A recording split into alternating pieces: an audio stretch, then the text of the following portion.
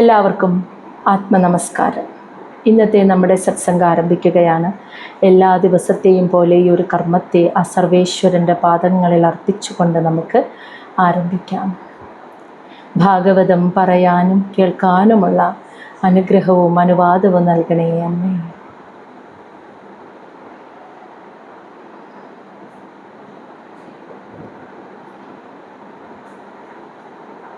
ഓം നമഃ ശിവായ. ഓം ഗും ഗുരുഭ്യോ നമഃ. ഓം നമോ നാരായണായ.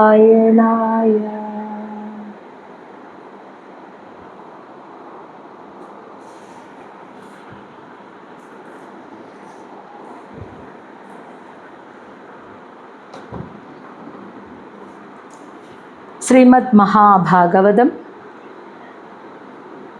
ചതുർത്ഥ സ്കന്ധം അധ്യായം 15 പൃഥുരാജാവിൻ്റെ ആവിർഭാവവും പട്ടാഭിഷേകവുമാണ് നമ്മൾ കാണുന്നത്.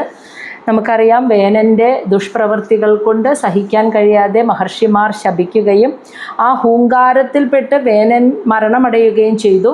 വേനൻ്റെ ശരീരം അമ്മ എണ്ണത്തോണിയിൽ സൂക്ഷിച്ചു.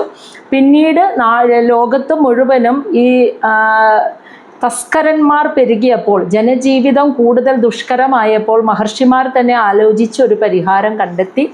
അവർ വേനൻ്റെ ശരീരത്തിൻ്റെ തുടയെ കടഞ്ഞപ്പോൾ അതിൽ നിന്നും ആദ്യം കിരാതവംശം ഉണ്ടല്ലോ, ആ ഒരു കാട്ടാള വംശം അതിൽ നിന്നും സൃഷ്ടിക്കപ്പെട്ടു. അങ്ങനെ മാലിന്യം നീങ്ങി ശുദ്ധീകരിക്കപ്പെട്ട ആ ശരീരത്തിൻ്റെ കൈ കടഞ്ഞപ്പോൾ, രണ്ടാമതും കടഞ്ഞപ്പോൾ ആ കയ്യിൽ നിന്നുമാണ് പൃഥു ജനിച്ചത് എന്നാണ് പറയുന്നത്. ആ പൃഥുവിൻ്റെ ആവിർഭാവവും അദ്ദേഹത്തിൻ്റെ പട്ടാഭിഷേക വിശേഷവുമാണ് നമ്മൾ ഈ ഒരു അധ്യായത്തിൽ കാണുന്നത്. ശ്ലോകം 1. മൈത്രേയ ഉവാച അത തസ്യ പുനഃ വിപ്രൈഃ അപുത്രസ്യ മഹീപതേഃ ബാഹുഭ്യാം മധ്യമാനാഭ്യാം മിഥുനം സമപദ്യത. അഥ അപ്രകാരം തസ്യ എന്ന് വെച്ചാൽ ആ മഹീപതേ, ആ പുത്രസ്യ എന്ന് വെച്ചാൽ സന്താനങ്ങളില്ലാത്ത മഹീപതേ, രാജാവായിരുന്ന ആ വേനനെ പുനഃ വീണ്ടും വിപ്രൈഹി ബ്രാഹ്മണ ശ്രേഷ്ഠർ മധ്യമാനാഭ്യാം എന്ന് വെച്ചാൽ വീണ്ടും ആ ശരീരത്തെ കടഞ്ഞപ്പോൾ ബാഹുഭ്യാം ആ കരങ്ങളിൽ നിന്നും മിഥുനം ഒരു ദമ്പതികൾ, അതായത് ഒരു സ്ത്രീയും പുരുഷനും സമപദ്യത ജന്മമെടുത്തു എന്ന്. അപ്പോൾ മക്കളില്ലാത്ത വേനൻ്റെ ആ ശരീരത്തെ ആദ്യം കടഞ്ഞപ്പോൾ കാട്ടാള വംശത്തിൻ്റെ ഉത്ഭവമാണ് ഉണ്ടായത്. രണ്ടാമതും കടഞ്ഞപ്പോൾ കൈകളിൽ നിന്നും ഒരു ദമ്പതികളാണ് വന്നതെന്ന് ജന്മമെടുത്തത്, അതായത് ഒരു ആൺകുഞ്ഞും പെൺകുഞ്ഞും. ശ്ലോകം 2. തത് ദൃഷ്ട്വാ മിഥുനം ജാതം ഋഷയഃ ബ്രഹ്മവാദിനഃ ഊജുഃ പരമസന്തുഷ്ടാ വിദിത്വാ ഭഗവത്കലാം. തത് ആ മക്കളെ ദൃഷ്ട്വ കണ്ടിട്ട്, മിഥുനം ആ ദമ്പതികളെ കണ്ടിട്ട്, ജാതം എന്ന് വെച്ചാൽ ജനിച്ചത്, ഋഷയഃ മഹർഷിമാർ, ബ്രഹ്മവാദിനഃ ബ്രഹ്മത്തെ അറിഞ്ഞ മഹർഷിമാർ ഈ രണ്ട് കുഞ്ഞുങ്ങളും, ഈ ആൺകുഞ്ഞും പെൺകുഞ്ഞും ജനിച്ചത് കണ്ടിട്ട് ഊജു അവർ പറഞ്ഞു, പരമസന്തുഷ്ട വളരെ സന്തോഷത്തോടുകൂടി, ഭഗവത്കലാം വിദിത്വ അത് ഭഗവാന്റെ അംശമാണെന്ന് മനസ്സിലാക്കിക്കൊണ്ട്, ഭഗവത്കലാം ഭഗവാന്റെ അംശമാണ് ഇതെന്ന് വിദിത്വ മനസ്സിലാക്കിക്കൊണ്ട് ആ മഹർഷിമാർ ഈ രണ്ട് കുഞ്ഞുങ്ങളെ നോക്കിയിട്ട് ഇപ്രകാരം പറഞ്ഞു എന്ന്. എന്താണ് പറഞ്ഞത് എന്നാണ് ഇനി പറയുന്നത്. ശ്ലോകം 3. ഋഷയ ഊജുഹു മഹർഷിമാർ പറയാണ് ആ മക്കളെ നോക്കി, ഏഷ വിഷ്ണോഃ ഭഗവതഃ കലാ ഭുവനപാലിനി ഇയം ച ലക്ഷ്മ്യാ സംഭൂതി പുരുഷസ്യ അനപായിനി. ഏഷ എന്ന് വെച്ചാൽ ഈ ആൺകുഞ്ഞ്, വിഷ്ണോഃ ഭഗവതഃ കലാ ഭുവനപാലിനി ഭഗവാൻ വിഷ്ണുവിൻ്റെ അംശമായിട്ട്, ഭുവനപാലിനി ഭൂമിയെ സംരക്ഷിക്കാനാണ് ജനിച്ചിരിക്കുന്നത് എന്ന് ഋഷിമാർ പറഞ്ഞു. ഇനി ആ ആൺകുഞ്ഞ് മാത്രമല്ല, ഇയം ച എന്നാൽ ആ പെൺകുഞ്ഞ് ലക്ഷ്മ്യാഹ സംഭൂതി ലക്ഷ്മീ ദേവിയുടെ അംശമായിട്ട്, പുരുഷസ്യ അനപായിന തൻ്റെ പുരുഷനായ ഭഗവാൻ വിഷ്ണുവിനെ അനപായിന വേർപിരിയാൻ കഴിയാതെ ഭഗവാനോടൊപ്പം തന്നെ ഭാര്യയായി ഈ ജന്മത്തിലും ഭാര്യയായി ഇരിക്കാൻ ജനിച്ചതാണ് എന്ന്. അപ്പോൾ മഹർഷിമാർ പറയാണ്, ഈ ആൺകുഞ്ഞ് ഭഗവാൻ വിഷ്ണുവിൻ്റെ അംശാവതാരമാണ്. ഈ ഭൂമിയെ സംരക്ഷിക്കാനായാണ് ഈ ജനനം ഉണ്ടായിരിക്കുന്നത്. ഈ പെൺകുഞ്ഞ് മഹാലക്ഷ്മിയുടെ അംശമാണ്. ഭഗവാനെ വേർപിരിഞ്ഞ് സാധിക്കാത്ത മഹാലക്ഷ്മി ഭഗവാന്റെ പത്നിയായിട്ട് ഈ ജന്മത്തിലും ഈ പെൺകുഞ്ഞായിട്ട് അവതരിച്ചതാണ് എന്ന് ആ മഹർഷിമാർ പറയുകയാണ്. കഴിഞ്ഞിട്ടില്ല. ശ്ലോകം 4 അയം തു പ്രഥമഃ രാജ്ഞാം പുമാൻ പ്രഥയിതാ യശഃ പൃഥുഃ നാമ മഹാരാജഃ ഭവിഷ്യതി പൃഥുശ്രവഃ.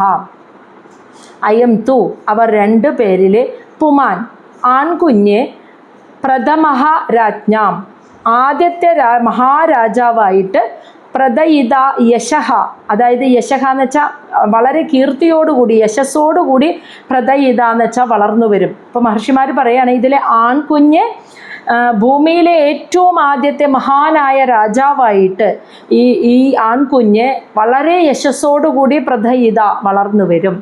ഇനി അവനെ പൃഥുഹു നാമ, പൃഥു എന്ന നാമത്തിൽ അറിയപ്പെടും. മഹാനായ രാജാവായി മാറും.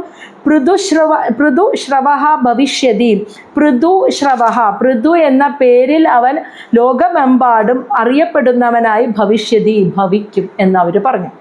ഇതിൽ ആൺകുഞ്ഞ് ഭൂമിയിലെ ഏറ്റവും മഹാനായ രാജാവായിട്ട് യശസ്സോടുകൂടി വളരെ കീർത്തിയോടുകൂടി വളർന്നു വരും. പൃഥു എന്ന നാമത്തിൽ അറിയപ്പെടും. മഹാരാജാവായി മാറും. അങ്ങനെ പൃഥു മഹാരാജാവ് എന്ന നാമത്തിൽ അവൻ പരക്കെ ഈ ലോകം മുഴുവൻ അറിയപ്പെടുമെന്ന് പറഞ്ഞു. ഇനി ശ്ലോകം 5 ആ പെൺകുഞ്ഞിനെ, ഇയം ച സുദതീ ദേവി ഗുണഭൂഷണ അർച്ചിഹി നാമ വരാരോഹ പൃഥുഃ ഏവ അവരുന്ധതി, പൃഥും ഏവ അവരുന്ധതി. ഇയം ച ഇനി ആ പെൺകുഞ്ഞ് സുദതി മനോഹരമായ ദന്തങ്ങളോട് പല്ലുകളുള്ളവളും, ദേവി മഹാഭാഗ്യവതിയും, ഗുണഭൂഷണ അതായത് സദ്ഗുണങ്ങളാകുന്ന അലങ്കാരത്താൽ മനോഹരിയായവളും, അത്രയ്ക്ക് സദ്ഗുണങ്ങളാണ്, സദ്ഗുണമാകുന്ന അലങ്കാരത്താൽ മനോഹരിയായവളും, അർച്ചി എന്ന നാമത്തിൽ അറിയപ്പെടുന്ന വരാരോഹ അതിസുന്ദരിയായിട്ടുള്ള പൃഥു ഏവ അവരുന്ധതി, ആ പൃഥു മഹാരാജാവിൻ്റെ അവരുന്ധതി എന്ന് വെച്ചാൽ ഭർത്താവായി സ്വീകരിക്കുന്നവളായി മാറുമെന്ന്. യം ച ഇതിലെ പെൺകുഞ്ഞ് മനോഹരമായ പല്ലുകളുള്ള മഹാഭാഗ്യവതിയായ, സദ്ഗുണം തന്നെ ഒരു അലങ്കാരമായി അത്രയ്ക്ക് സുന്ദരിയായിട്ടുള്ള അർച്ചി എന്ന നാമത്തിൽ അറിയപ്പെടുന്ന അവൾ പൃഥു മഹാരാജാവിൻ്റെ പത്നിയായും ഭവിക്കും എന്ന് മഹർഷിമാർ പറയുകയാണ്. ഇനി ശ്ലോകം 6 ഏഷ സാക്ഷാത് ഹരേഹേ അംശഃ ജാത ലോകരിരക്ഷയാ ഇയം ച തത്പരാഹി ശ്രീ അനുജ്ഞേ അനപായിനി. ഏഷ ഈ പുരുഷൻ, ഇതിലെ ആൺകുഞ്ഞ്, അപ്പോൾ അവർ കുഞ്ഞു മക്കളാണ് കേട്ടോ അപ്പോഴും, അപ്പോൾ അവരെ നോക്കിയിട്ടാണ് ഈ പറയുന്നത്. ഈ ആൺകുഞ്ഞ് സാക്ഷാത് ഹരേഹേ, സാക്ഷാൽ ഭഗവാൻ ശ്രീഹരിയുടെ അംശമായിട്ട് ജാതഹ ജനിച്ച് ലോകരിരക്ഷയ ലോകത്തെ സംരക്ഷിക്കും. ഇയം ച ഈ സ്ത്രീ പെൺകുഞ്ഞ് തത്പര എന്ന് വെച്ചാൽ അവൾക്ക് ഏറ്റവും ഇഷ്ടമുള്ള അവൾ, അതായത് വളരെ ഏറ്റവും മമതയുള്ളവനായി ശ്രീ ആ ലക്ഷ്മീ ദേവിയുടെ അവതാരമായ ഈ പെൺകുഞ്ഞ് അവൾക്ക് ഏറ്റവും ഇഷ്ടമുള്ള അനുജ്ഞേ അനപായിനി എന്ന് വെച്ചാൽ ഒരിക്കലും വേർപെടാൻ കഴിയാത്ത ആ മഹാവിഷ്ണുവിൻ്റെ പത്നിയായും ഭവിക്കും. ജന്മമെടുത്തിരിക്കുന്നത് അതിനു വേണ്ടിയാണ്. അതാണ് അനുജ്ഞേ ജന്മമെടുത്തത് എന്ന് പറയുന്നത്. ഇതിലെ ആൺകുഞ്ഞ് ഭൂമിയെ സംരക്ഷിക്കാനായിട്ട് പൃഥു എന്ന മഹാരാജാവ് എന്ന നാമത്തിൽ ഭഗവാൻ ശ്രീഹരിയുടെ അംശമായിട്ടാണ് ജനിച്ചിരിക്കുന്നത്. പെൺകുഞ്ഞ് മഹാലക്ഷ്മിയാണ്. ഭർത്താവിനെ പിരിഞ്ഞ് കഴിയാൻ സാധിക്കാത്ത ആ ലക്ഷ്മി ദേവി ഈ ജന്മത്തിലും പൃഥു മഹാരാജാവിൻ്റെ പത്നിയായിട്ട് അർച്ചി എന്ന നാമത്തിൽ ജന്മമെടുത്തിരിക്കുന്നു. ഇനി ശ്ലോകം 7 മൈത്രേയ ഉവാച. അപ്പോൾ ആ മഹർഷിമാരുടെ സംവാദം അവിടെ നടന്നല്ലോ, അതായത് പൃഥു ജനിച്ച ആ രാജകൊട്ടാരത്തിൽ. അപ്പോൾ മൈത്രേയ മഹർഷി ഇനി വിതുരരോട് പറയാണ്, പ്രശംസന്തി സ്മ തം വിപ്ര ഗന്ധർവ പ്രവരജഗുഃ മുമുജുഃ സമുനോധാരഃ സിദ്ധ നൃത്യന്തി സ്വസ്ത്രീയഃ. അതായത് ഇനി ദേവന്മാരുടെ സന്തോഷമാണ് കേട്ടോ. ഭഗവാൻ മഹാവിഷ്ണുവാണ് പൃഥുവായിട്ട് ജനിച്ചിരിക്കുന്നത്. അപ്പോൾ ആ ദേവന്മാരുടെയൊക്കെ സന്തോഷമാണ് ഇനി പറയുന്നത്. മൈത്രേയ മഹർഷി പറയാണ് വിതുരരോട്, അല്ലയോ വിതുരരെ, ഇനി എന്തൊക്കെയാണ് രണ്ട് മക്കളും ഭഗവാനും ലക്ഷ്മി ദേവിയാണ് ജനിച്ചിരിക്കുന്നത്. അപ്പം അതിനുള്ള ദേവന്മാരുടെ സന്തോഷം. പ്രശംസന്തി സ്മ തം വിപ്ര, ബ്രാഹ്മണർ ആ പൃഥുവിനെ, തം എന്ന് വെച്ചാൽ ആ പൃഥുവിനെ പ്രശംസന്തി, ഇങ്ങനെ പ്രശംസിച്ചുകൊണ്ടേയിരുന്നു ആ കുഞ്ഞിനെ. ഗന്ധർവപ്രവര ജഗുഹു, ഗന്ധർവന്മാരിലെ മുഖ്യന്മാര് ആ കുഞ്ഞുങ്ങളെ കീർത്തിച്ചു. ജഗുഹു എന്ന് വെച്ചാൽ കീർത്തിച്ചു കൊണ്ടേയിരുന്നു. ഇനി മുമുജു എന്ന് വെച്ചാൽ നടത്തി. സമുനോധാരഹ സിദ്ധ, സിദ്ധന്മാർ സമുനോധാര എന്ന് വെച്ചാൽ പുഷ്പവൃഷ്ടി നടത്തി. ഇനി സ്വസ്ത്രീയ, സ്വർഗലോകത്തിലെ സ്ത്രീകളായ അപ്സരസുകൾ നൃത്യന്തി, ആഹ്ലാദം കൊണ്ട് നൃത്തം വയ്ക്കുകയും ചെയ്തു എന്ന്. ബ്രാഹ്മണർ ആ കുഞ്ഞുങ്ങളെ പ്രശംസിച്ചു. ഗന്ധർവന്മാർ അതായത് കുഞ്ഞുങ്ങളെ കീർത്തിച്ചു, അതായത് സ്തുതിച്ചുകൊണ്ടിരുന്നു. അതുപോലെ സിദ്ധന്മാർ പുഷ്പവൃഷ്ടി നടത്തി. സ്വർഗീയ സ്ത്രീകൾ അപ്സരസുകൾ സന്തോഷം കൊണ്ട് നൃത്തമാടി. ശ്ലോകം 8. ശംഖ തുര്യ മൃദംഗ ആദ്യ നേതുഹു ദുന്ദുഭയഃ ദിവി തത്ര സർവ ഉപാജഗ്മു ദേവർഷി പിതൃനാം ഗണഃ. ശംഖുകൾ, തുര്യ എന്ന് വെച്ചാൽ കുഴലുകൾ, മൃദംഗം ചെണ്ടകൾ, ആദ്യ മുതലായവ, നേതുഹു അവയുടെ ശബ്ദം അവിടെ മുഴങ്ങിക്കേട്ടു. ദുന്ദുഭയ എന്ന് വെച്ചാൽ പെരുമ്പറ ശബ്ദവും അവിടെ മുഴങ്ങിക്കേട്ടു. ദിവി അതായത് സ്വർഗലോകത്തിൽ നിന്നും തത്ര അവിടേക്ക് സർവ എല്ലാ ദേവന്മാരും ഋഷിമാരും പിതൃക്കളും ഗണ എന്ന് വെച്ചാൽ സംഘമായിട്ട് ഉപാജഗ്മു അവിടേക്ക് വന്നു ചേർന്നു എന്ന്. അപ്പം ശംഖനാദം, കുഴലുകൾ, മൃദംഗം, ചെണ്ടകൾ, അതുപോലെ പെരുമ്പറയുടെ ശബ്ദമൊക്കെ അവിടെ മുഴങ്ങിക്കേട്ടു. അതോടൊപ്പം ദേവലോകത്ത് നിന്നും ദേവന്മാർ, ഋഷിമാർ, പിതൃക്കൾ ഇവരെല്ലാം ഗണം കൂട്ടമായി തന്നെ സംഘമായി തന്നെ അവിടേക്ക് വന്നു ചേർന്നു എന്ന്. ഇപ്പം ഈ വന്നു ചേർന്നു എന്ന് പറയുമ്പോൾ നമ്മൾ ശരീരരൂപത്തിൽ വന്നു എന്നല്ല, സൂക്ഷ്മരൂപികളായിട്ട് അവരൊക്കെ അവിടെ വന്നു എന്ന് സങ്കല്പിക്കാം. ശ്ലോകം 10. ബ്രഹ്മ ജഗദ്ഗുരുഃ ദേവൈഃ സഹ ആശ്രിത്യ സുരേശ്വരൈഃ വൈന്യസ്യ ദക്ഷിണേ ഹസ്തേ ദൃഷ്ട്വാ ചിഹ്നം ഗദാഭൃതഃ. ബ്രഹ്മ, അപ്പോൾ ഇവിടെ 9ഉം 10ഉം ശ്ലോകം ഒരുമിച്ചാണ്. അപ്പോൾ നമുക്ക് അതുകൂടി ചൊല്ലാന്ന. പാദയോഹോ അരവിന്ദം ച തം വൈ മേനേ ഹരേഹേ കലാം യസ്യ അപ്രതിഹതം ചക്രം അംശഃ സഹ പരമേഷ്ഠിനഃ. ബ്രഹ്മ ജഗദ്ഗുരു, ജഗത്തിൻ്റെ ഗുരുവായ ബ്രഹ്മദേവൻ ദേവൈഹി സഹ ദേവന്മാരുടെ കൂടെ സുരേശ്വരേഹി ദേവന്മാരുടെ ഈശ്വരൻ, സുര ഈശ്വരൻ ദേവന്മാരുടെ ഈശ്വരനായിട്ടുള്ള രാജാവായിട്ടുള്ള ഇന്ദ്രനോടൊപ്പം ആശ്രിത്യ അവിടേക്ക് എത്തി. ബ്രഹ്മദേവൻ ഇന്ദ്രനോടും മറ്റു ദേവന്മാരോടൊപ്പം അവിടേക്ക് എത്തിച്ചേർന്നു. എന്നിട്ട് ബ്രഹ്മദേവൻ കാണുന്ന കാഴ്ചയാണ് കേട്ടോ.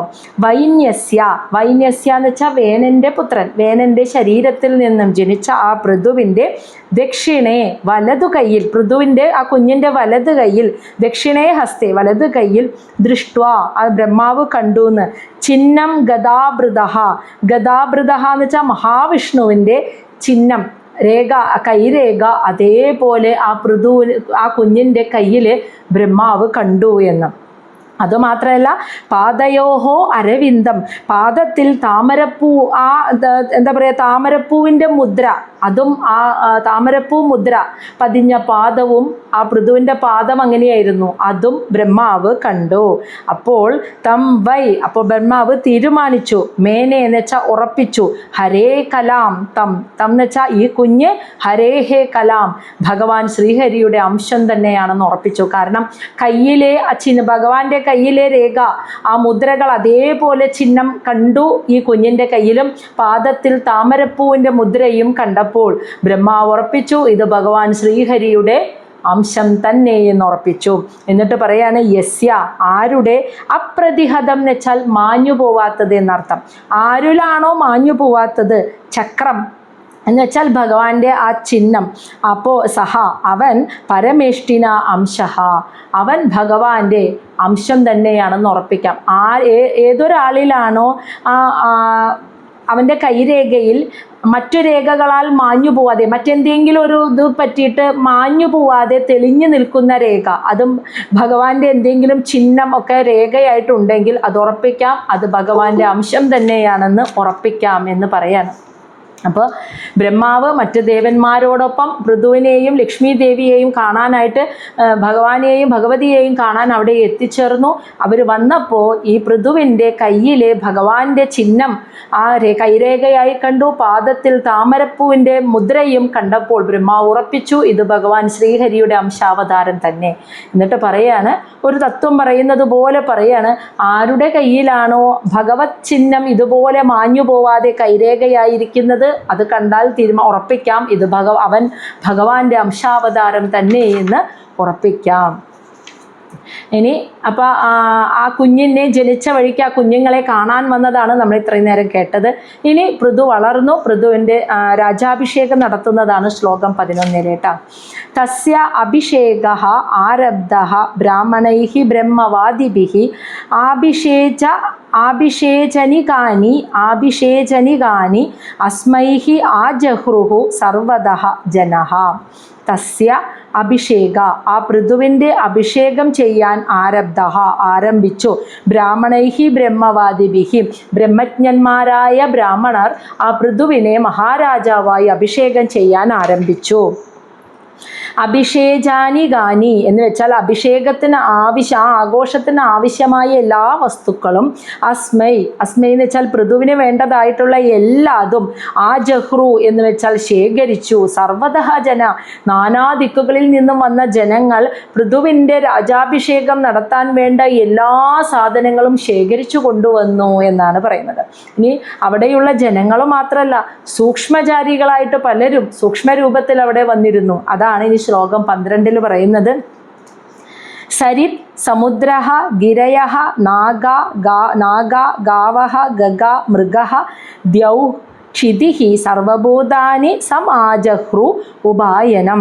സരിത്ത് നദികൾ, സമുദ്രങ്ങൾ, ഗിരയഃ പർവ്വതങ്ങൾ, നാഗ സർപ്പങ്ങൾ, ഗാവ പശുക്കൾ, ഗഗ പക്ഷികൾ, മൃഗങ്ങൾ.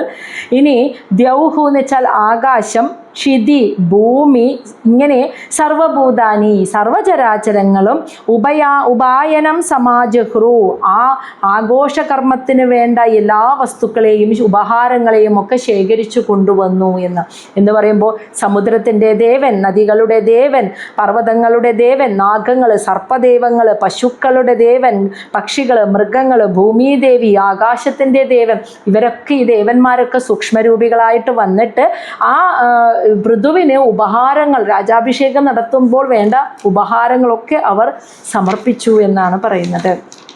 ശ്ലോകം 13. ഇനി സഹ അഭിഷിക്തഃ മഹാരാജഃ സുവാസ സാധു അലംകൃതഃ പത്ന്യാ അർച്ചിഷഃ അലങ്കൃതയാ വിരേജേ അഗ്നി ഇവ അപരഃ. ഇവിടെ പറയാണ്, അങ്ങനെ അഭിഷേകം നടത്തി കഴിഞ്ഞിട്ട് പൃഥു മഹാരാജാവും അർച്ചി എന്ന അദ്ദേഹത്തിൻ്റെ പത്നിയും കൂടി ഒരുമിച്ച് നിന്നപ്പോഴുള്ള ആ സൗന്ദര്യത്തെക്കുറിച്ചാണ് പറയണത്. സഹ, ആ പൃഥു, അഭിഷിക്തഃ അഭിഷേകം ചെയ്യപ്പെട്ട മഹാരാജാവായി അഭിഷേകം ചെയ്യപ്പെട്ട പൃഥു, സുവാസ നല്ല ഭംഗിയുള്ള വസ്ത്രങ്ങൾ, അലങ്കരിച്ച വസ്ത്രം ധരിച്ച്, സാധു അലങ്കൃത എന്ന് വെച്ചാൽ സർവാഭരണ ഭൂഷിതനായിട്ടാണ് അവിടെ പൃഥു മഹാരാജാവ് നിന്നത്. ഭംഗിയുള്ള വസ്ത്രം ധരിച്ച് സർവാഭരണ വിഭൂഷിതനായി പൃഥു മഹാരാജാവ് രാജാവായി അഭിഷേകം കഴിഞ്ഞ് അവിടെ നിന്നപ്പോൾ പത്ന്യാഹ അർച്ചിഷ അലങ്കൃത, മനോഹരമായി അണിഞ്ഞൊരുങ്ങിയ അർച്ചി അദ്ദേഹത്തിൻ്റെ പത്നിയായി കൂടെ നിന്നപ്പോൾ വിരജേ എന്ന് വെച്ചാൽ ശോഭിച്ചു. അഗ്നി ഇവ അപരഹ, മറ്റൊരു അഗ്നി എന്ന പോലെ, അഗ്നിയുടെ പ്രകാശം പോലെ അവർ രണ്ടുപേരും ഒരുമിച്ച് നിന്നപ്പോൾ അങ്ങ് പ്രകാശിച്ചു പോയിന്ന്. രാജാഭിഷേകം കഴിഞ്ഞപ്പോൾ പൃഥു നല്ല വസ്ത്രങ്ങളും സർവാഭരണ വിഭൂഷിതനായിട്ട് പൃഥു മഹാരാജാവ് നിൽക്കുന്നു. കൂടെ അതേപോലെ അലങ്കരിക്കപ്പെട്ടിട്ട് അർച്ചിഷ എന്ന പേരിൽ അദ്ദേഹത്തിൻ്റെ പത്നി ലക്ഷ്മി ദേവിയും കൂടി ഒരുമിച്ച് നിന്നപ്പോൾ അവരെ കാണുമ്പോൾ മറ്റൊരു അഗ്നിയുടെ ജ്വാല പോലെ, പ്രകാശം പോലെ അവരങ്ങനെ ശോഭിച്ചു എന്നാണ് ഭാഗവതത്തിൽ പറയുന്നത്. ശ്ലോകം 14. തസ്മൈ ജഹാരദനദഃ ഹൈമം വീരവരാസനം വരുണഃ സലീലസ്രാവം ആദപത്രം ശശിപ്രഭം. ഇനി ഓരോരുത്തരായിട്ട് ഇവർക്ക് പൃഥു മഹാരാജാവിന് ഉപഹാരങ്ങൾ സമ്മാനമായി എന്തൊക്കെ കൊടുത്തു എന്നാണ് കുറച്ച് ശ്ലോകങ്ങളിൽ പറയുന്നത്. തസ്മൈ ജഹാരഹ, തസ്മൈ ആ പൃഥു മഹാരാജാവിന് ജഹാര സമ്മാനിച്ചു. ധനദഃ ധനത്തിൻ്റെ ദേവൻ കുബേരൻ, ഹൈമം സ്വർണം കൊണ്ട് നിർമ്മിച്ച വരാസനം, വലിയൊരു രാജസിംഹാസനം. ഇവിടെ വീര എന്ന് പറയുന്നത് കഥ പറയുന്ന മൈത്രേയ മഹർഷി വിദുരരെ വിളിച്ചതാണ് കേട്ടോ. അല്ലയോ വീര വിദുരരെ, ആ പൃഥു മഹാരാജാവിന് ധനത്തിൻ്റെ ദേവനായ കുബേരൻ സ്വർണം കൊണ്ട് നിർമ്മിച്ച ഒരു രാജസിംഹാസനം സമ്മാനമായി കൊടുത്തു. വരുണദേവൻ സലീലസ്രാവം, ജലകണങ്ങൾ ഉറ്റുറ്റു വീഴുന്ന ആദപത്രം, ഒരു കുട, ശശിപ്രഭം, ചന്ദ്രനെ പോലെ ശോഭിക്കുന്നത് എന്ന് വെച്ചാൽ വെളുത്ത വെൺകൊറ്റ കുട, അതിലിങ്ങനെ ജലകണങ്ങൾ ഇറ്റിറ്റു വീഴുന്ന അത്ര മനോഹരമായ വെളുത്ത ചന്ദ്രനെ പോലെ ശോഭിക്കുന്ന ഒരു കുട, അത് വരുണദേവൻ സമ്മാനമായി കൊടുത്തു. ഇനി ശ്ലോകം 15 വായുഹൂച്ച വാലവ്യജനേ ധർമ്മഃ കീർത്തിമയീം സ്രജം ഇന്ദ്രഃ കിരീടം ഉത്കൃഷ്ടം ദണ്ഡം സംയമനം യമഃ. വായുഹൂച്ച, വായുദേവൻ, ബാലവ്യജനെ, അതായത് രോമനിർമ്മിതമായ 2 വ്യജനെ എന്ന് വെച്ചാൽ 2 ചാമരങ്ങൾ സമ്മാനിച്ചു എന്ന്. വായുദേവൻ രോമങ്ങൾ കൊണ്ട് നിർമ്മിച്ച 2 ചാമരങ്ങൾ സമ്മാനിച്ചു. ധർമ്മരാജാവ് കീർത്തിമയീം സ്രജം, അതായത് ഒരുവൻ്റെ കീർത്തി എന്ന് വെച്ചാൽ ഒരാളുടെ കീർത്തിയെ വർദ്ധിപ്പിക്കുന്ന രീതിയിലുള്ള സ്രജം, പുഷ്പഹാരം സമ്മാനിച്ചു എന്ന്. ധർമ്മരാജാവ് ഒരുവൻ്റെ കീർത്തിയെ വർദ്ധിപ്പിക്കുന്ന രീതിയിലുള്ള ഒരു പുഷ്പഹാരത്തെ സമ്മാനിച്ചു. വായുദേവൻ ഒരു രോമം കൊണ്ടുണ്ടാക്കിയ ചാമരങ്ങൾ കൊടുത്തു. ഇന്ദ്രഃ, ഇനി ദേവേന്ദ്രനായ ഇന്ദ്രൻ കിരീടം ഉത്കൃഷ്ടം, അത്യുത്കൃഷ്ടമായി വിലമതിക്കുന്ന ഒരു കിരീടം ഭഗവാന് പൃഥ്വിരാജാവിന് കൊടുത്തു. യമദേവൻ ദണ്ഡം സംയമനം, ഈ ലോകത്തെ ഭരിച്ച് ഈ ഭൂമിയെ ഭരിക്കുന്നതിനുള്ള ഒരു ദണ്ഡം, ചെങ്കോൽ, ദണ്ഡം എന്ന് വെച്ചാൽ ഒരു ചെങ്കോൽ പൃഥു മഹാരാജാവിന് സമ്മാനമായി കൊടുത്തു. അപ്പോൾ വായുദേവൻ ചാമരം, ധർമ്മദേവൻ പുഷ്പഹാരം, ഇന്ദ്രദേവൻ വിലപിടിപ്പുള്ള കിരീടം, യമദേവൻ ഒരു ചെങ്കോലും സമ്മാനമായി പൃഥുരാജാവിൻ്റെ കയ്യിലേക്ക് കൊടുത്തു എന്ന്. ശ്ലോകം 16 ബ്രഹ്മമയം വർമ്മ ഭാരതീ ഹാരം ഉത്തമം ഹരിഹി സുദർശനം ചക്രം തത്പത്നി അവ്യാഹതം ശ്രിയം. അവിടെ ബ്രഹ്മദേവനും വന്നു. ബ്രഹ്മമയം, ബ്രഹ്മം തന്നെ രൂപമായിട്ടുള്ള വേദമയമായിട്ടുള്ള വർമ്മ എന്ന് വെച്ചാൽ ഒരു പടച്ചട്ട സമ്മാനമായി കൊടുത്തു. അവിടെ ബ്രഹ്മദേവൻ വന്നിട്ട് ആ പൃഥുരാജാവിന് വേദസ്വരൂപമായിട്ടുള്ള, വേദം തന്നെ രൂപമായിട്ടുള്ള ഒരു പടച്ചട്ട, അറിവ്, അതായത് അറിവിനെ പടച്ചട്ടയായി കൊടുത്തു. ഭാരതി, സരസ്വതീ ദേവി, വിദ്യാദേവി, ഹാരം ഉത്തമമായ ശ്രേഷ്ഠമായ ഒരു ഹാരം, ഒരു കണ്ഠാഭരണം പൃഥുരാജാവിന് അനുഗ്രഹമായി കൊടുത്തു. ഇനി ഹരിഹി, ഭഗവാൻ മഹാവിഷ്ണു സുദർശന ചക്രം സമ്മാനമായി കൊടുത്തു. തത്പത്നി, അദ്ദേഹത്തിൻ്റെ പത്നി, അതായത് ലക്ഷ്മി ദേവി, അവ്യാഹതം എന്ന് വെച്ചാൽ ഒരിക്കലും നശിക്കാത്ത ശ്രിയം, സമ്പത്ത് പൃഥുവിനുണ്ടാകട്ടെ എന്ന് അനുഗ്രഹിച്ചു. അപ്പോൾ ബ്രഹ്മദേവൻ ആ വേദം സ്വരൂപമായിട്ടുള്ള പടച്ചട്ട കൊടുത്തു. സരസ്വതീ ദേവി ഉത്കൃഷ്ടമായ ഉത്തമമായ ഒരു ഹാരം കൊടുത്തു. മഹാവിഷ്ണു സുദർശന ചക്രം സമ്മാനമായി കൊടുത്തു. ദേവി ലക്ഷ്മി ദേവി ഒരിക്കലും നശിക്കാത്ത സമ്പത്തുണ്ടാവട്ടെ എന്ന് അനുഗ്രഹിച്ചു. ശ്ലോകം 17 ദശചന്ദ്രം അസീം രുദ്രഃ ശതചന്ദ്രം തഥാ അംബിക സോമഃ അമൃതമയൻ അശ്വാൻ ത്വഷ്ടാ രൂപാശ്രയം രഥം. രുദ്രഹ, ഇനി അടുത്തത് മഹാദേവനല്ലേ. മഹാദേവൻ ദശചന്ദ്രം അസീം, 10 ചന്ദ്രകലകൾ പതിപ്പിച്ചിട്ടുള്ള അസീം ഒരു വാള് പൃഥ്വിരാജാവിന് സമ്മാനമായി കൊടുത്തു. തഥാ, അതുപോലെ അംബികാദേവി ശതചന്ദ്രം 100 ചന്ദ്രന്മാരെ ചന്ദ്രകലകളാൽ അലങ്കരിക്കപ്പെട്ടിട്ടുള്ള 100 ചന്ദ്രകലകളാൽ അലങ്കരിക്കപ്പെട്ട വാളും കൊടുത്തു. മഹാദേവൻ 10 ചന്ദ്രകലകളാൽ അലങ്കരിക്കപ്പെട്ട വാളും, അംബികാദേവി ദുർഗാദേവി 100 ചന്ദ്രകലകളാൽ അലങ്കരിക്കപ്പെട്ട വാളും പൃഥുരാജാവിന് കൊടുത്തു. സോമഹ, ഇനി ചന്ദ്രദേവൻ അമൃതം കൊണ്ട് നിർമ്മിച്ച അശ്വാൻ കുതിരകളെ സമ്മാനമായി കൊടുത്തു. ത്വഷ്ട എന്നാൽ വിശ്വകർമാവ്, രൂപമാശ്രയം വളരെ മനോഹരമായ രഥം സമ്മാനമായി നൽകി. അപ്പം മഹാദേവൻ 10 ചന്ദ്രകലകൾ കൊണ്ട് അലങ്കരിച്ച വാളും, അംബികാദേവി 100 ചന്ദ്രകലകൾ കൊണ്ട് അലങ്കരിച്ച വാളും, ചന്ദ്രദേവൻ അമൃതം കൊണ്ട് നിർമ്മിച്ച കുതിരകളെയും, വിശ്വകർമാവ് വളരെ മനോഹരമായ രഥവും പൃഥു മഹാരാജാവിന് സമ്മാനമായി നൽകി. ശ്ലോകം 18 വലിയൊരു പാഠം ഈ അധ്യായത്തിലുണ്ട്. അത് അവസാന ഭാഗത്താണ് കേട്ടോ.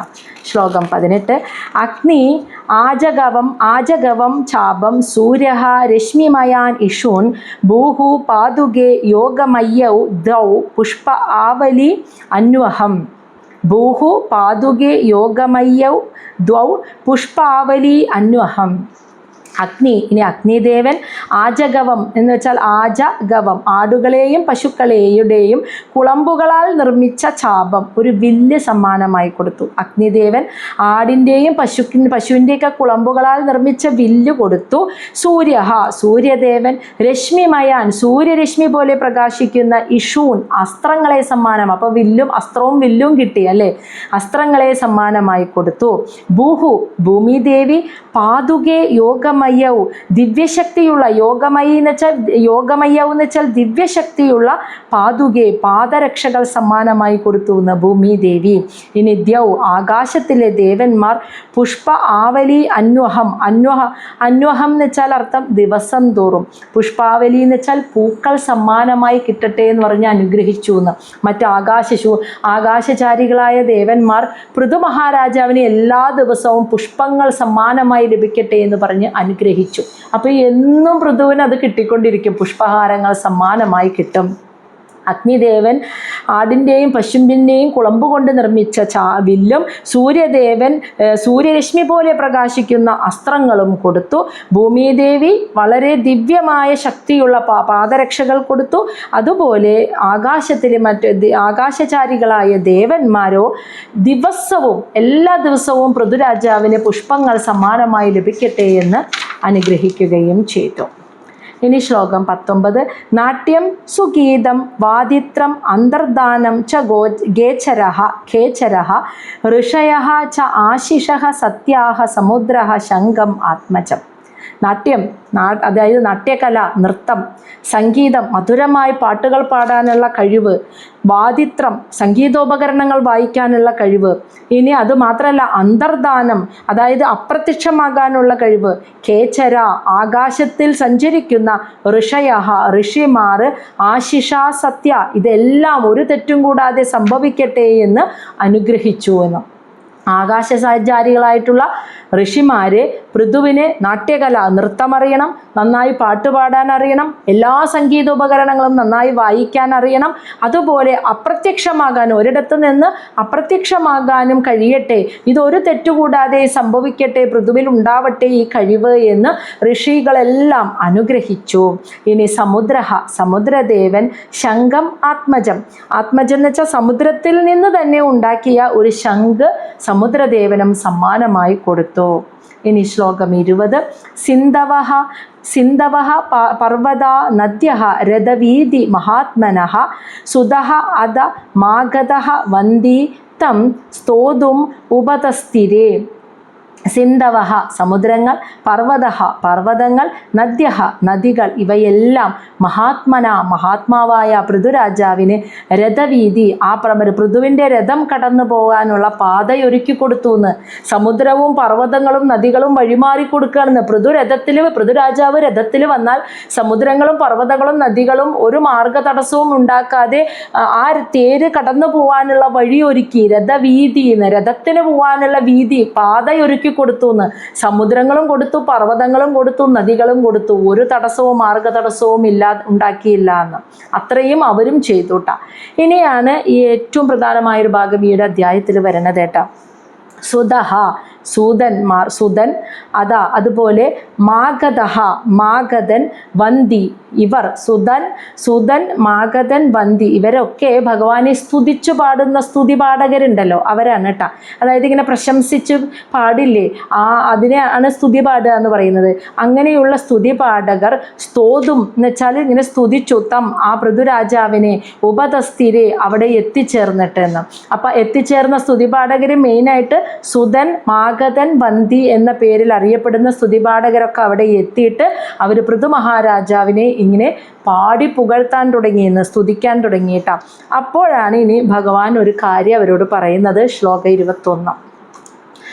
സ്ഥാവകാം സ്ഥാവകാൻ സ്ഥാൻ അഭിപ്രേത്യ സ്ഥാവകാം സ്ഥാൻ അഭിപ്രേത്യ പൃഥുഃ വൈന്യഃ പ്രതാപവാൻ മേഘനിർഹ്രാദയാ വാച പ്രഹസൻ ഇദം അബ്രവീത്. അതായത് സ്ഥാവകാം എന്ന് വെച്ചാൽ സ്തുതിക്കാൻ വരിക, സ്ഥാൻ എന്ന് വെച്ചാൽ സ്തുതി പാഠകർ, അഭിപ്രേത്യ മനസ്സിലാക്കിയിട്ട്. അപ്പം അതായത് സൂത മാഗധൻ വന്തി ഇവരൊക്കെ സ്ഥാൻ എന്ന് വെച്ചാൽ ഈ സ്തുതി പാഠകരൊക്കെ ഇവിടെ എത്തിയിരിക്കുന്നത് തന്നെ സ്തുതിക്കാനാണ്, ഇങ്ങനെ പുകഴ്ത്തി പാടാനാണെന്ന് അഭിപ്രേത്യ മനസ്സിലാക്കിയ പൃഥു ചക്രവർത്തി, വൈന്യ വേനപുത്രനായ പൃഥു ചക്രവർത്തി, പ്രതാപശാലിയായ പൃഥു ചക്രവർത്തി, നിർഹ്രാദയ മേഘഗർജനം പോലെ മുഴങ്ങുന്ന വാക്കുകൾ കൊണ്ട് പ്രഹസൻ ആദ്യം ഒന്ന് പുഞ്ചിരിച്ചിട്ട് ഇദം അബ്രവീത് ഇപ്രകാരം അവരോട് പറഞ്ഞു എന്ന്. അപ്പോൾ തന്നെ സ്തുതിക്കാനാണ് ഈ സ്തുതിപാഠകരായ ഇവരൊക്കെ ഇവിടെ എത്തിയിരിക്കുന്നതെന്ന് പൃഥുരാജാവ്, പ്രതാപശാലിയായ പൃഥുരാജാവ് മനസ്സിലാക്കിയപ്പോൾ അദ്ദേഹത്തിൻ്റെ ശബ്ദം ഒരു മുഴക്കം പോലെയുള്ള ശബ്ദമാണ്. അതാണ് മേഘഗർജനം പോലെ മുഴങ്ങുന്ന ആ വാക്കുകളാൽ എന്നാൽ പുഞ്ചിരിച്ചുകൊണ്ട്, ദേഷ്യത്തിലല്ല പുഞ്ചിരിച്ചുകൊണ്ട് അവരോട് ഇപ്രകാരം പറഞ്ഞു. ഇത് വളരെ ശ്രദ്ധിക്കേണ്ട ഒരു കാര്യമാണ്, ഇന്നത്തെ കാലത്ത് നടക്കുന്നതാട്ടാ. അപ്പോൾ ഭഗവാൻ പറയുന്ന വാക്കുകൾ ശ്രദ്ധയോടെ ഒന്ന് കേട്ട് മനസ്സിലാക്കാം. ശ്ലോകം 22. പൃഥു ഉവാച, പൃഥു പറയാണ്, ഭോ സൂത ഹേ മാഗധ സൗമ്യ വന്ദീം ലോകേ അധുനാ അസ്പഷ്ടഗുണസ്യ മേ സ്യാത് കിം ആശ്രയോ മേ സ്തവ ഏഷ യോജ്യതാം മയി അഭൂവൻ വിദദ ഗിരഹ വഹ. ഭോ സുത അല്ലയോ സൂത, ഹേ മാഗധ അല്ലയോ മാഗധ, ഹേ മാഗധ, സൗമ്യ വന്ദീം സൗമ്യനായ വന്ദീം. ഇവരാണല്ലോ 3 സ്തുതിപാഠകർ. ഹേ അല്ലയോ സൂത, ഹേ മാഗധ സൗമ്യനായ വന്ദി. എന്നിട്ട് പറയാണ് ലോകേ ഈ ലോകത്തിൽ അധുന എന്ന് വെച്ചാൽ ഇപ്പോൾ എന്തിന്, അസ്പഷ്ട ഗുണസ്യ എന്ന് വെച്ചാൽ സ്പഷ്ടമാവാത്ത ഗുണമാണ് ഇപ്പം എനിക്കുള്ളത്. അതായത് കുഞ്ഞിക്കാലം കഴിഞ്ഞ് ഒരു യൗവനത്തിലെത്തിയപ്പോൾ പൃഥുവിനെ അഭിഷേകം ചെയ്തിട്ടേ ഉള്ളൂ. പൃഥു ഭൂമിയെ സംരക്ഷിക്കുകയോ രാജ്യം ഭരിക്കുകയോ ഒന്നും ചെയ്തിട്ടില്ല. അതാണ് പറയുന്നത് അധുന എന്ന് വെച്ചാൽ ഇപ്പോൾ എന്തിനാണെന്ന്. അസ്പഷ്ട ഗുണസ്യ സ്പഷ്ടമാവാത്ത ഗുണങ്ങളാണ് ഇപ്പം എന്നിലുള്ളത്. പുറത്ത് എനിക്കെന്നെ അറിയില്ല എനിക്കെന്ത്. ഭഗവാനാണെങ്കിലും മനുഷ്യജന്മത്തിൽ വരുമ്പോൾ മറക്കുമല്ലോ, എന്നിൽ എന്തു ഗുണമാണ് ഉള്ളതെന്ന് എനിക്കെന്നെ അറിയില്ല. സ്പഷ്ടമാവാത്ത ഗുണങ്ങളുള്ള എന്നെ സ്തവ സ്യാത് ഇങ്ങനെ സ്തുതിക്കുന്നത് ഇപ്പോൾ എന്തിനെന്ന്, അതിൻ്റെ ആവശ്യം എന്തിരിക്കണു? അങ്ങനെ സ്തുതിക്കാൻ മാത്രം ഞാൻ ഈ ലോകത്തിന് വേണ്ടി എന്തു ചെയ്തു? ഞാൻ ഈ ഭൂമിക്ക് വേണ്ടി ഒന്നും ചെയ്തു? ഇപ്പം ഇങ്ങടെ അഭിഷേകം കഴിഞ്ഞുള്ളൂ, ഒന്നും ഞാൻ പ്രവർത്തിച്ചിട്ടില്ല. എന്തെങ്കിലുമൊക്കെ പ്രവർത്തിക്കാനുള്ള കഴിവ് എനിക്ക് ഉണ്ടെന്നും എനിക്ക് വ്യക്തമായിട്ടില്ല. അപ്പോൾ ഒന്നും ചെയ്യാതെ തന്നെ നിങ്ങൾ എന്തിനാണ് എന്നെ ഇങ്ങനെ സ്തുതിക്കുന്നത്? അതാണ് ചോദിക്കുന്നത്. കിം ആശ്രയ എന്തിനെ ആശ്രയിച്ചാണ്, മേ സ്തവ ഏഷ എന്നെ ഈ സ്തുതിക്കുന്നതിന് യോജ്യത നിങ്ങൾ എന്തിനെ ആശ്രയിച്ചു കൊണ്ടാണ്? യോജ്യത എന്ന് വെച്ചാൽ പാടുന്നത്, പ്രയോജനപ്പെടുത്തുന്നത്. ഞാൻ എന്ത് കർമ്മം ചെയ്തിട്ട്, എന്ത് കാര്യം ചെയ്തിട്ട് അതിനെ പ്രയോജനപ്പെടുത്തിയാണോ നിങ്ങൾ എന്നെ ഇങ്ങനെ സ്തുതിക്കണേന്ന്? ഞാൻ ഒന്നും ചെയ്തിട്ടില്ലല്ലോ, ഇപ്പം ഇങ്ങോട്ട് വന്നിട്ടല്ലേ ഉള്ളൂ, കയറി ഇരുന്നിട്ടുള്ളൂ രാജാവായിട്ട്. ഇനി എന്തൊക്കെ ചെയ്യാൻ പറ്റും എനിക്കറിയില്ല, ഇങ്ങനെ സ്തുതിക്കാൻ മാത്രം എന്തൊക്കെ ചെയ്യുമെന്നും എനിക്കറിയില്ല. അപ്പോൾ ഇങ്ങനെയൊക്കെ സ്തുതിക്കാൻ മാത്രമുള്ള എന്താണ് നിങ്ങൾ എന്തിനെ ആശ്രയിച്ചാണ് ഇപ്പം എന്നെ ഇങ്ങനെ സ്തുതിക്കുന്നത് എന്നാണ് പറയുന്നത്. എന്തെങ്കിലും ഞാൻ ചെയ്തിട്ടുണ്ടെങ്കിൽ അത് ചെയ്തു ഇത് ചെയ്തു എന്ന് പറഞ്ഞ് എന്നെ സ്തുതിക്കാം. ഒന്നും ഞാൻ ചെയ്തിട്ടില്ലല്ലോ, പിന്നെ എന്തിനെ ആശ്രയിച്ചാണ് നിങ്ങൾ എന്നെ ഇങ്ങനെ സ്തുതിച്ചു കൊണ്ടിരിക്കുന്നത്? എന്നെ മയി അഭൂവൻ, മയി എന്ന് വെച്ചാൽ എനിക്ക്, അഭൂവൻ എന്ന് വെച്ചാൽ സാധിക്കും, അതായത് ഭവിക്കുമെന്ന്, അതായത് സാധിക്കുമെന്നാണ് ചോദിക്കുന്നത്. വിദദ ഗിരഹ വഹ എന്ന് വെച്ചാൽ നിങ്ങളുടെ വാക്കുകൾ, വിദദ എന്ന് വെച്ചാൽ പാഴാക്കാതെ പോവാൻ എനിക്ക് പറ്റുമെന്ന്. അതെല്ലാം ഉറപ്പില്ല പൃഥുവിന്. അതായത് നിങ്ങളിപ്പോൾ എന്നെ ഇങ്ങനെ സ്തുതിച്ചിട്ട് എനിക്ക് ആ സ്തുതി ചെയ്തതുപോലെ ഒന്നും ചെയ്യാൻ പറ്റിയില്ലെങ്കിൽ നിങ്ങളുടെ വാക്കുകളൊക്കെ പാഴായി പോയില്ലേ? അപ്പോൾ പറയാണ് നിങ്ങളുടെ വാക്കുകൾ പാഴായി പോകാതിരിക്കട്ടെ, അങ്ങനെ സംഭവിക്കട്ടെ എന്ന് പറയാണ്. മയി എന്നാൽ നിങ്ങളുടെ വാക്കുകൾ പാഴായി പോകാതിരിക്കട്ടെ, നിങ്ങൾ ഈ പുകഴ്ത്തുന്ന പോലെയൊക്കെ എനിക്ക് ചെയ്യാൻ സാധിക്കട്ടെ, ഇല്ലെങ്കിൽ ഈ പുകഴ്ത്തലൊക്കെ പാഴായി പോവില്ലേ? ഞാൻ ഇവിടെ ഈ ലോകത്തിന് വേണ്ടി ഒന്നും ചെയ്തിട്ടില്ല എന്ന് ആരാ ഇങ്ങനെ പറയാ? ആരെങ്കിലും ഇങ്ങനെ പൊക്കി പറയുമ്പോൾ കേട്ട് ഇങ്ങനെ സന്തോഷിച്ച് ഉള്ളിലിങ്ങനെ പുറമേക്ക് കാണിച്ചില്ലെങ്കിൽ ഉള്ളിൽ ഒരു കുളിർമയോടുകൂടി അതിലിങ്ങനെ ആ സന്തോഷത്തെ അനുഭവിച്ചിരിക്കുന്ന ആളുകളല്ലേ ഈ ലോകത്ത്. ഒരു യോഗ്യതയില്ലെങ്കിലും ആളുകളിങ്ങനെ ബഹുമാനിക്കുക, പാദങ്ങളിൽ തൊട്ട് നമസ്കരിക്കുക, പുകഴ്ത്തുക, ആദരവ് പ്രകടിപ്പിക്കുക, ഇതൊക്കെ ഇങ്ങനെ അനുഭവിക്കുമ്പോൾ അതിനുള്ള യാതൊരു യോഗ്യതയില്ലെങ്കിലും അതിലൊക്കെ ഇങ്ങനെ ആസ്വദിച്ച് അനുഭവിച്ച് ഇങ്ങനെ നടക്കുന്ന ആളുകൾ നടക്കുന്ന ഒരു കാലത്ത്, ഒരു ലോകത്താണ് നമ്മൾ ജീവിക്കുന്നത്. അപ്പോൾ അവർക്കുള്ള ഉത്തരാണ് ഭഗവാൻ പറയുന്നത്, ഇപ്പോഴേ അധികാരത്തിൽ കയറിയപ്പോഴേ എന്നെ ഇങ്ങനെ പുകഴ്ത്താൻ, ഈ ലോകത്തിന് വേണ്ടി ഞാൻ എന്താ ഇപ്പോൾ ഇവിടെ ചെയ്തിട്ടുള്ളത്, എന്ത് കാര്യം ചെയ്തിനെ എന്തിനെ ആശ്രയിച്ചാണ് നിങ്ങൾ എന്നെ ഇങ്ങനെ സദാ പുകഴ്ത്തിക്കൊണ്ടിരിക്കുന്നത്? നിങ്ങളുടെ വാക്കുകളൊക്കെ പാഴായി പോകാതിരിക്കട്ടെ, എനിക്കിതൊക്കെ ചെയ്യാൻ പറ്റണ്ടേ? ഈ പറഞ്ഞു പുകഴ്ത്തുന്ന പോലെ ഈ ഭൂമിക്ക് വേണ്ടി, ഈ ലോകത്തിന് വേണ്ടി എന്തെങ്കിലുമൊക്കെ എനിക്ക് ചെയ്യാൻ പറ്റട്ടെ, നിങ്ങളുടെ വാക്കുകൾ പാഴായി പോവാതിരിക്കട്ടെ എന്ന് ഭഗവാൻ പറയണം. അപ്പോൾ വലിയൊരു സന്ദേശമാണ് ഈ ലോകത്തിന് ഭാഗവതത്തിലൂടെ ഭഗവാൻ കൊടുക്കുന്നത് കണ്ടോ. ശ്ലോകം 23, തസ്മാത് പരോക്ഷേ അസ്മാത് ഉപശ്രുതാനി അലം കരിഷ്യതഃ സ്തോത്രം അഭീച്യവാചഃ. തസ്മാത് പരോക്ഷേ അസ്മാത് ഉപശ്രുതാനി അലം കരിഷ്യതഃ സ്തോത്രം അഭീച്യവാചഃ. സതി ഉത്തമശ്ലോക ഗുണാനുവാദേ ജുഗുപ്സിതം ന സ്തവയന്തി സഭ്യാഹ. തസ്മാത് അതുകൊണ്ട് പരോക്ഷേ എന്ന് വെച്ചാൽ കുറേ കാലം കഴിഞ്ഞിട്ട്, ഞാനിവിടെ രാജാവായി ഇരുന്ന് കുറേ കാലം കഴിഞ്ഞിട്ട് ഇങ്ങനെയൊക്കെ പുകഴ്ത്താൻ മാത്രം ഒരു യോഗ്യതയുള്ള രീതിയിൽ ഞാൻ ഇവിടെ എന്തെങ്കിലുമൊക്കെ പ്രവർത്തിച്ച് അതിനുള്ള യോഗ്യത നേടിയതിന് ശേഷം, അതാണ് പരോക്ഷേ, കുറേ കാലം കഴിഞ്ഞ് എന്നെ ഇങ്ങനെ പുകഴ്ത്താനുള്ള ഒരു യോഗ്യത നേടിയതിന് ശേഷം അസ്മാത്, അതായത് അതൊക്കെ ആ യോഗ്യത എനിക്കുണ്ടെന്ന് അസ്മാത് എന്ന് വെച്ചാൽ അത് തെളിയപ്പെട്ടതിന് ശേഷം ഉപശ്രുതാനി അലം, ധാരാളമായി എൻ്റെ യോഗ്യത, ഉപശ്രുതാനി എന്ന് വെച്ചാൽ എൻ്റെ യോഗ്യതകളെയൊക്കെ ധാരാളമായിട്ടും ഗരിഷ്യത, നിങ്ങൾ പുകഴ്ത്തിക്കോളൂ, ഇപ്പം വേണ്ടാന്ന് കണ്ട. അതുകൊണ്ട് ഞാൻ അധികാരത്തിൽ കയറിയിരുന്ന് കുറേ കാലം കഴിഞ്ഞ് ഞാൻ രാജ്യം ഭരിച്ച് എന്തെങ്കിലുമൊക്കെ എന്നെക്കൊണ്ട് ഇവിടെ നല്ല കാര്യങ്ങൾ ചെയ്യാൻ പറ്റി ഇങ്ങനെ കീർത്തിക്കപ്പെടാനുള്ള യോഗ്യത നേടിയതിന് ശേഷം എൻ്റെ വിശേഷങ്ങൾ അല്ലെങ്കിൽ എന്നെ പുകഴ്ത്തിക്കൊണ്ട് നിങ്ങൾ അപ്പോൾ ധാരാളമായി പാടിക്കോളൂ.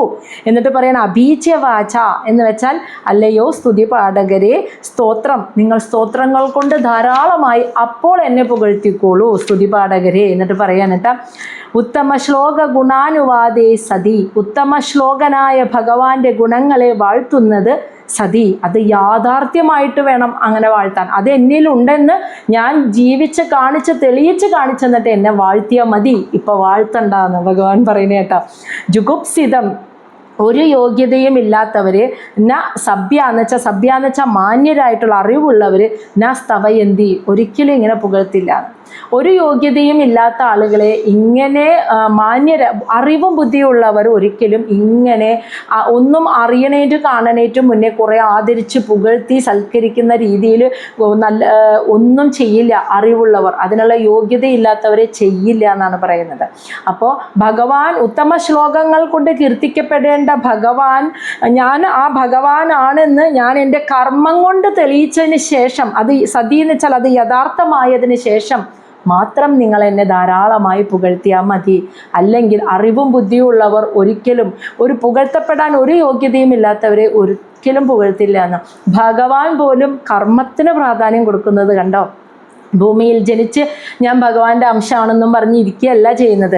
ഇവിടെ നിങ്ങളെ സാധാരണക്കാരെ പോലെ തന്നെ ജീവിച്ച് കർമ്മം ചെയ്ത് അവനവൻ്റെ ജോലി ചെയ്ത് അതിൽ ധർമ്മം അനുഷ്ഠിച്ച് ഈ ലോകത്തിന് നന്മ ചെയ്ത് ആ കർമ്മം ഞാൻ ചെയ്ത് എന്തെങ്കിലുമൊക്കെ ഞാൻ ഇവിടെ ആക്കി വെച്ചിട്ട് നിങ്ങൾ എന്നെ പുകഴ്ത്തിയാൽ മതി. അപ്പോഴേ എനിക്ക് അതിനുള്ള യോഗ്യതയുള്ളൂ. അപ്പോഴേ ഉത്തമ ശ്ലോകങ്ങൾ കൊണ്ട് കീർത്തിക്കപ്പെടേണ്ട ഭഗവാനെ ആ കീർത്തിക്കുന്നത് യാഥാർത്ഥ്യമാവുള്ളൂ. ഞാൻ ഭഗവാനാണ്, പൃഥു ഭഗവാനാണ് എന്നൊക്കെ നിങ്ങൾ പറഞ്ഞല്ലോ, മഹാവിഷ്ണുവിൻ്റെ അംശമാണ് എന്ന് പറഞ്ഞല്ലോ. അത് യാഥാർത്ഥ്യമാവണമെങ്കിൽ ഞാൻ ഇവിടെ കർമ്മം ചെയ്യട്ടെ, അതിന് കുറച്ച് കാലം കഴിയട്ടെ, അതിനുള്ള ഈ കീർത്തിയൊക്കെ അനുഭവിക്കാനുള്ള യോഗ്യതയിലേക്ക് വരട്ടെ, എന്നിട്ട് നിങ്ങൾ എന്നെ സ്തോത്രങ്ങൾ കൊണ്ട് സ്തുതിച്ചോളൂ. അല്ലാതെ ചെയ്യുമ്പോൾ ഒരു യോഗ്യതയുമില്ലാത്തവരെ, ഒരു ബുദ്ധിയുള്ള ഒരാൾ ഒരിക്കലും ഇങ്ങനെ സ്തുതിക്കില്ല എന്ന് പറഞ്ഞു കൊടുക്കണം. എത്ര വലിയ ഒരു ഗുണപാഠാണെന്നറിയോ ഈ ഒരു കാര്യം. ശ്ലോകം 24. ചെറിയൊരു പ്രശംസ കിട്ടുമ്പോഴും നമ്മളൊക്കെ ഇങ്ങനെ കയറിപ്പോവില്ലേ? ഇന്നത്തെ കാലം അതല്ലേ. ശ്ലോകം 24. മഹത് ഗുണാൻ ആത്മനി കർത്തും ഈശ കഹ സ്ഥാവകൈഹി സ്ഥാവയതേ അസദഹ അഭി തേ അസ്യ അഭവിഷ്യൻ ഇതി വിപ്രലബ്ധഃ ജന അവഹാസം കുമതിഹി ന വേദഃ. മഹദ്ഗുണാൻ ആത്മനി കർത്തുമീശഃ കഹ സ്ഥാവകൈഹി സ്ഥാവയതേ അസദഃ അഭി തേ അസ്യ അഭവിഷ്യൻ ഇതി വിപ്രലബ്ധഃ ജന അവഹാസം കുമതിഹി ന വേദഃ. മഹദ്ഗുണാൻ, മഹത്തായ ഗുണങ്ങൾ, ഉന്നതമായ ഗുണങ്ങൾ, ആത്മനി എന്നിൽ, കർത്തും പുറത്തേക്ക് വെളിപ്പെട്ട് വരും ഈശഹ എന്ന് വെച്ചാൽ അതിന് ഞാൻ സമർത്ഥനാണ് എങ്കിൽ പോലും, അഭി എന്ന് വെച്ചാൽ എങ്കിൽ പോലും, അസദഹ ഇപ്പോൾ അത് തെളിഞ്ഞിട്ടില്ലല്ലോ എന്ന്, ഇപ്പോൾ അതായിട്ടില്ല എന്നാണ് പറയുന്നത്. മഹത്തായ ഗുണങ്ങൾ എന്നിലുണ്ട്, അത് എന്നിൽ പുറത്തേക്ക് ഒരു കാലത്ത് വരും. പക്ഷേ അത് വരുമെങ്കിൽ പോലും അസദഹ എന്ന് വെച്ചാൽ ഇപ്പോൾ അത് തെളിഞ്ഞിട്ടില്ലല്ലോ അതൊക്കെ എന്നിൽ ഉണ്ടെന്നുള്ളത്. അതുകൊണ്ട് കഹ ആരാണ് സ്ഥാവകൈ സ്തുതിപാഠകരെ കൊണ്ട് സ്ഥാവയതേ ഇങ്ങനെ സ്വയം സ്തുതിപ്പിക്കുക. നിങ്ങളൊക്കെ എന്നെ ഇങ്ങനെ സ്തുതിച്ചു പാട്, ഞാൻ ഭഗവാന്റെ അവതാരമാണെന്ന് ആരാ അങ്ങനെയുള്ളപ്പോൾ പറയാമെന്ന്. മഹത്തായ ഗുണങ്ങൾ എന്നിൽ ഉണ്ടാവാം, അത് പുറത്തേക്ക് വെളിപ്പെടുകയും ചെയ്യും കുറേ കാലം കഴിയുമ്പോൾ. പക്ഷേ ഇപ്പോൾ അത് പുറത്തേക്ക് വെളിപ്പെട്ടിട്ടില്ല. അങ്ങനെയുള്ള ഒരു സാഹചര്യത്തിൽ ആരാണ് സ്തുതിപാഠകരെ കൊടുന്ന് നിർത്തിയിട്ട് എന്നെ പുകഴ്ത്തിപ്പാടൂ, എന്നെ പ്രശംസിക്കൂ, എന്നെക്കുറിച്ച് കുറേ പരസ്യങ്ങൾ കൊടുക്കും. ഇന്ന് കണ്ടിട്ടില്ലേ ഈ ലോകം എങ്ങനെയല്ലേ? എന്തൊക്കെയാ എന്നെ പൂമാല അണിയിക്കുന്നതും പൊന്നാട അണിയിക്കുന്നതും ഒക്കെ പേപ്പറിലിടുക, ന്യൂസിൽ കൊടുക്കുക, യൂട്യൂബിലിടുക, ലോകത്തെ അറിയിക്കുക, പേരും പ്രശസ്തിയും നേടുക. ഈ പ്രഹസനങ്ങളാണ് ഇന്ന് ഈ ലോകത്ത് നടക്കുന്നത് മുഴുവൻ. അവർക്കുള്ള വലിയൊരു പാടാ. ഇന്ന് ഭഗവാൻ പറഞ്ഞു കൊടുക്കണോക്കൂ, ഞാൻ ഭഗവാന്റെ അവതാരമായി ആ ഗുണങ്ങൾ എന്നിൽ ഉണ്ടായിരിക്കാം, അത് ചിലപ്പോൾ കുറേ കാലം കഴിഞ്ഞാൽ പുറത്തേക്ക് വരും. പക്ഷേ ഇപ്പം അത് വെളിപ്പെട്ടിട്ടില്ല. അത് അങ്ങനെയുള്ളപ്പോൾ ആരാണ് ഇങ്ങനെ സ്തുതിപാഠകരെ നിർത്തി എന്നെ പുകഴ്ത്തിപ്പാടാൻ പറയുക? അതാണ് ചോദിക്കുന്നത്. അവരെ അങ്ങനെ പറഞ്ഞാൽ തന്നെ അവർ അസ്യ അഭവിഷ്യൻ, അസ്യ അവൻ്റെ ആ സ്തുതിക്കേണ്ട വ്യക്തി ഉണ്ടല്ലോ, ആ വ്യക്തിയുടെ അഭവിഷ്യൻ എന്ന് വെച്ചാൽ ആയിത്തീരുന്നു.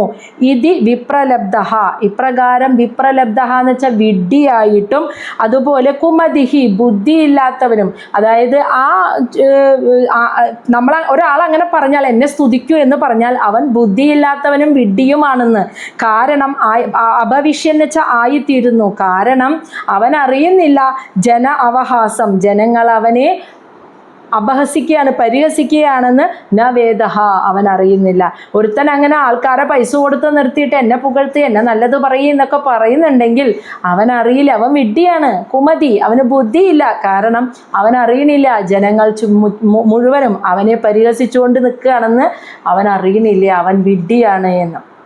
അപ്പോൾ മഹത്തായ ഗുണങ്ങൾ എന്നിലുള്ളത് കാലക്രമേണ പുറത്തേക്ക് വരും, തീർച്ചയായിട്ടും വെളിപ്പെടും. പക്ഷേ ഇപ്പോൾ അത് വെളിപ്പെട്ടിട്ടില്ലാത്തത് കൊണ്ട് തന്നെ നിങ്ങൾ എന്നെ ഇപ്പോൾ പുകഴ്ത്തരുത്. അതുകൊണ്ട് തന്നെ ആരാണ് ഇങ്ങനെ സ്തുതിപാഠകരെ കൊണ്ടുവന്ന് നിർത്തി എന്നെ പുകഴ്ത്തു എന്ന് പറയുക? അങ്ങനെ ആരെങ്കിലും പറയുന്നുണ്ടെങ്കിൽ തന്നെ അവൻ ബുദ്ധിയില്ലാത്തവനും വിഡ്ഢിയുമാണ്. കാരണം അവൻ അറിയണില്ല ജനങ്ങളെല്ലാം അവനെ പരിഹസിച്ചു കൊണ്ടിരിക്കുകയാണെന്ന് അവൻ അറിയില്ല. കാരണം അവൻ അങ്ങനെ സ്തുതിക്കപ്പെടാനുള്ള യാതൊരുവിധ യോഗ്യതയുമില്ല. അതുകൊണ്ട് അവനതറിയില്ല എന്ന്. ശ്ലോകം 25. പ്രഭവഃ ഹി ആത്മനഃ സ്തോത്രം ജുഗുപ്സന്തി അഭിവിശ്രുതഃ ഹ്രീമന്തഃ പരമോദാരഃ പൗരുഷം വാ വിഗർഹിതം. ഇനി ശരിയായിട്ടുള്ള ഒരു ഉത്തമനായ പുരുഷൻ എങ്ങനെയാണ് പെരുമാറുക എന്നാണ് പറയുന്നത്. പ്രഭവഃ നല്ല പ്രഭാവമുള്ള, കഴിവുള്ള, അതുപോലെ വിശ്രുതഃ പ്രശസ്തനായിട്ടുള്ള, അതുപോലെ ഹ്രീമന്തഃ വിനീതനായിട്ടുള്ള, പരമോദാര മഹാമനസ്കനായിട്ടുള്ള ഒരുവൻ. ആത്മന എന്ന് വെച്ചാൽ ആത്മനാ സ്തോത്രം, അവനെ സ്തുതിക്കുന്നവരെ, അവനെ ഇങ്ങനെ പുകഴ്ത്തി പറയുന്നവരെ ജുഗുപ്സന്തി ഒരിക്കലും ഇഷ്ടപ്പെടില്ല എന്ന്. എന്നിട്ട് ഉദാഹരണം പറയുന്നത് പൗരുഷം വാ വിഗർഹിതം. വിഗർഹിതം എന്ന് വെച്ചാൽ മറ്റുള്ളവരുടെ ഉള്ളിൽ വെറുപ്പുണ്ടാക്കുന്ന രീതിയിൽ പെരുമാറുന്നവരെ എങ്ങനെയാണോ നമ്മൾ വെറുക്കുക, പൗരുഷം വാ വിഗർഹിതം എന്ന് പറയുന്നത് അതാണ്. വിഗർഹിതം എന്ന് വെച്ചാൽ വെറുക്കപ്പെടേണ്ടവരെ, അവരുടെ പൗരുഷം എന്ന് വെച്ചാൽ അവരുടെ കർമ്മങ്ങൾ, ആ കർമ്മങ്ങൾ കൊണ്ട് നമ്മൾ വെറുക്കപ്പെടുന്ന ഒരാളെ വെറുക്കുകയാണ്. ഒരുത്തൻ്റെ കർമ്മങ്ങൾ കൊണ്ട് നമ്മൾ ഒരാളെ വെറുക്കുകയാണ്, നമുക്ക് ഇഷ്ടപ്പെടുന്നില്ല. എങ്ങനെയാണോ അതുപോലെ തന്നെയാണ് ഈ സ്തുതി പാഠകരെയും അവർക്ക് ഇഷ്ടമില്ല എന്നാണ്.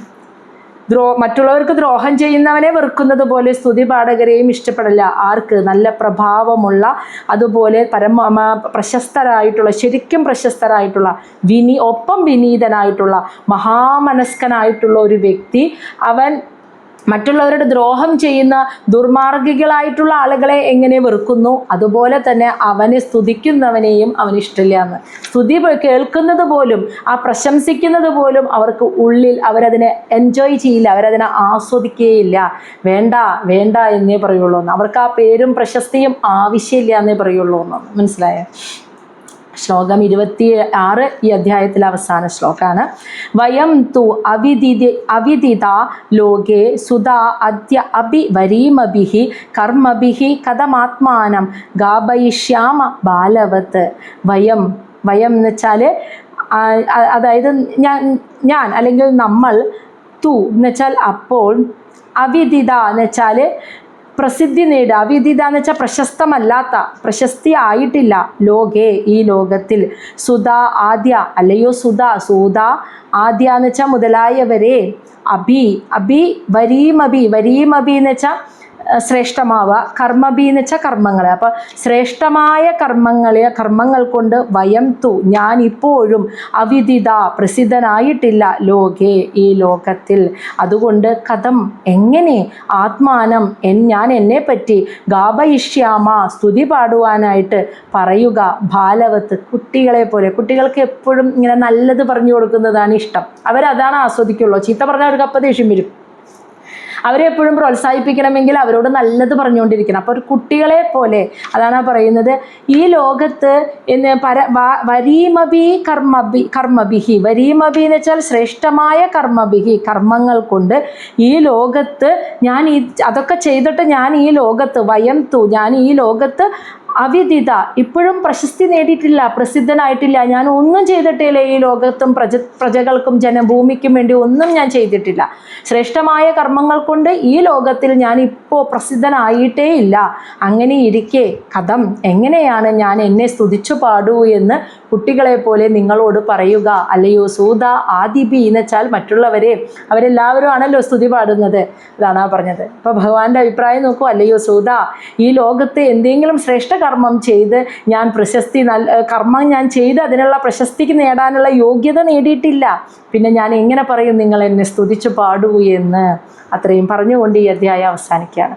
ഈ അധ്യായത്തിൻ്റെ ഏറ്റവും ശ്രേഷ്ഠമായ ഭാഗം ഈ ലോകത്തിന് നൽകുന്ന വലിയൊരു സന്ദേശമാണിത്. നിസ്സാര കാര്യങ്ങൾ ചെയ്യുമ്പോൾ ഞാനാണ് ചെയ്തത്, മറ്റുള്ളവർ എന്നെ പ്രശംസിക്കണം എന്നൊക്കെ പറഞ്ഞ് ആ പേര്, പ്രശസ്തി, ആദരവ് ഇതൊക്കെ പ്രഹസനമായി നടക്കുന്ന ഒരു കാലമാണിത്. അതിൻ്റെ പിന്നാലെ പോവാതിരിക്കാൻ പരമാവധി, ആ പേരിൻ്റെയും പ്രശസ്തിയുടെയൊക്കെ പിന്നാലെ പോവാതിരിക്കാൻ പരമാവധി